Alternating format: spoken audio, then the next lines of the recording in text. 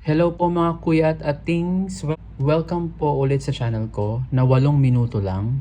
Literal na 8 minuto lang tayo magkukwentuhan. Feeling ko makaka-relate kayo sa kwento. Kaya gusto ko siyang i-share. Bago po ako magsimula, gusto ko po magpasalamat sa mga nakinig, nanood ng video, pinakaunang video, part 1 ng kapitbahay naming aswang. Hindi naman po kami nagbibintang pero kayo na lang din po ang humusga kung sila ba talaga ay aswang base sa buong kwento. Maraming salamat sa mga nag-like, sa mga nanood at nag-share ng pinakaunang video sa channel ko na to. And sana tuloy-tuloy po kayong magsuporta para po sa pangalawang video na to. Syempre part 2 na ng pinakaunang kwento ko about dun sa kapitbahay namin aswang. So tuloy ko na yung kwento, now na po. Okay, so start ko na po yung timer. 8 minuto lamang po. Ayan po, kuya at atings. Oh, bago ko nga pala start, kung kukuha ka muna ng kape or tsaa, masarap makinig. Masarap makinig sa kwentuhan ng may iniinom. Pero ako wala ko iniinom. Kasi 8 minutes lang tayo. So, hinahabol ko yung time. Anyway, so start ko na po. Ito po ang second part ng kwento ko about sa kapitbahay namin aswang.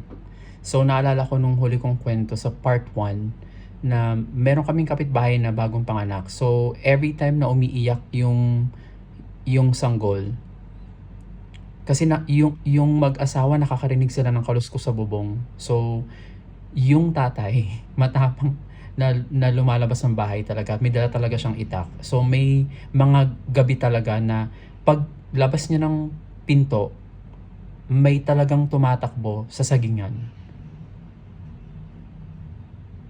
So, doon talaga tumatakbo sa sagingan. Kasi yung sagingan, hindi siya ganung kalayo sa pintuan ng bahay namin. Mga pintuan ng bahay namin. So, sa loob ng compound namin, meron kaming poso. So, meron kaming sagingan doon. Tapos malawak yung lupa doon. Meron pang area na, may duyan sa bandang dulo, tapos may mga nakatambak nga lang ng mga lupa, pero malaki yung area na yun. Ayun. Pero yung bandang likod ng area namin, kung nasan yung poso tsaka mga sagingan, meron kasi silang tinayo doon na parang na parang 2 pinto ang bahay pa rin yun, pero wala namang nakatira nun, so bakante yung area na yun. So paggabi, medyo nakakatakot doon. Tapos anyway, yung CR pala ng bahay namin, hindi sa loob ng bahay namin, sa likod, kung nasaan yung poso. So yung CR ng bahay namin, kasi yung bahay namin yung unang pinto, tsaka yung CR ng pangalawang pinto na nasa gitna namin, doon sa likod, sa posuhan, nandun yung CR. So medyo nakakatakot doon paggabi. But anyway, so balik tayo dun sa kwento ng kapitbahay namin na bagong panganak. So, may mga times na lumabas yung tatay na may dalang itak. May tumakbo sa sagingan talaga. Tapos, ang nakakatawa pa doon kasi nagkukwentuhan na talaga yung mga parents namin. Kami magkakapitbahay about dun sa na yun. Sa pakiramdam talaga namin na aswang talaga yun. Kasi may mga nahuli rin ako, may mga nakakakilabot akong kwento, mga kuya at atings na ikukwento ko sa susunod na part. As in talagang hindi ko talaga makakalimutan yung kwento na yun kasi talagang legit na pinatunayan sa akin na talagang aswang talaga siya. Pero anyway, so ayun. So ang ginawa ng tatay, the next morning pala, inabangan niya. So magising siya ng umaga, tapos inabangan niya kung ano yung nandun sa puno ng saging. O by the next morning, baka nandun pa yun. So nag-ano siya na abangan. So anong nangyari? Umagang-umaga, nakita ng kapitbahay namin na nasa sagingan yung matanda. Lumabas sa sagingan yung matanda na tatay na pakiramdam na talagang aswang. Ayun. So lumabas siya dun sa sagingan. Nakita siya nung tatay na may dalang itak na lumabas nung kinagabihan. Tapos, dahil nga kalat na sa compound namin, na aswang yun. So parang ang ginagawa namin, tinetest namin. Kasi, tsaka nag-iingat kami nun. May mga pangontra na kami, so ginagawa namin yung mga bagay na pag-iingat, 'di ba? So, may mga time na binibigyan kami ng pagkain. Yung bawat pinto binibigyan nila ng pagkain. Ang ginagawa talaga namin, hindi talaga namin kinakain. Never kang kakain ng pagkain na bigay ng mga aswang. So, ayun.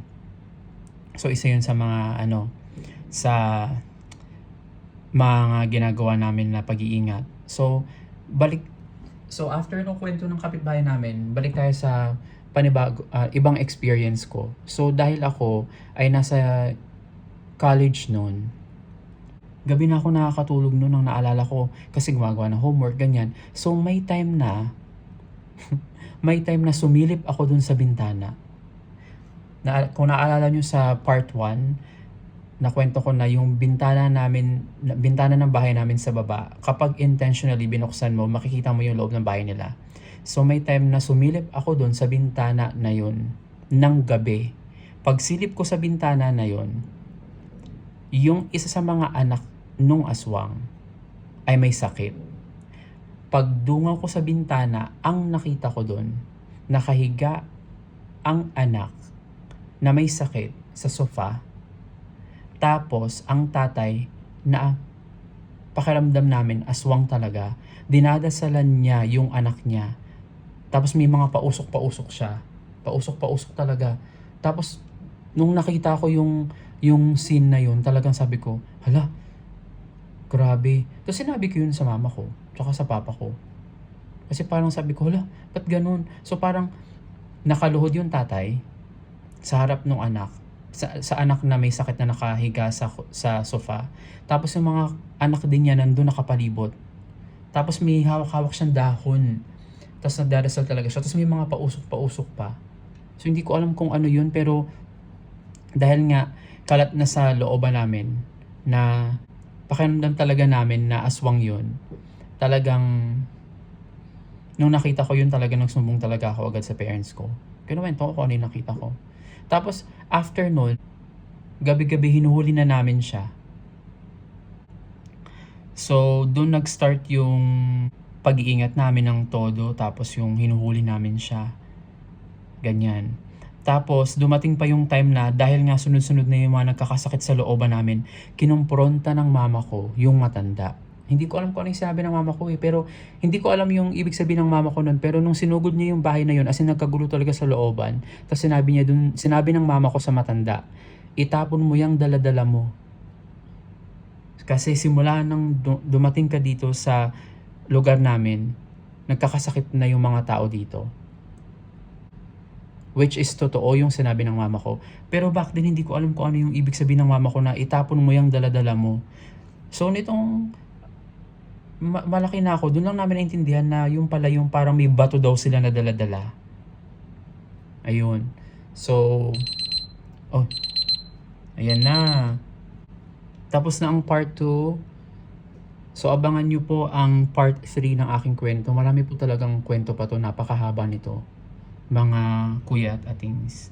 Sana hindi kayo magsawa na subaybayan ang aking kwento. Sana nag-enjoy kayo at kung nagustuhan nyo po ang part na to, paki-like po ang video. Paki-share na rin po at kung di pa po kayo nakapag-subscribe, pa-subscribe naman po. Maraming salamat po sa pakikinig at kita po tayo mga kuya at ating sa ating part 3. Dito lamang sa 8 minuto lang. Bye po!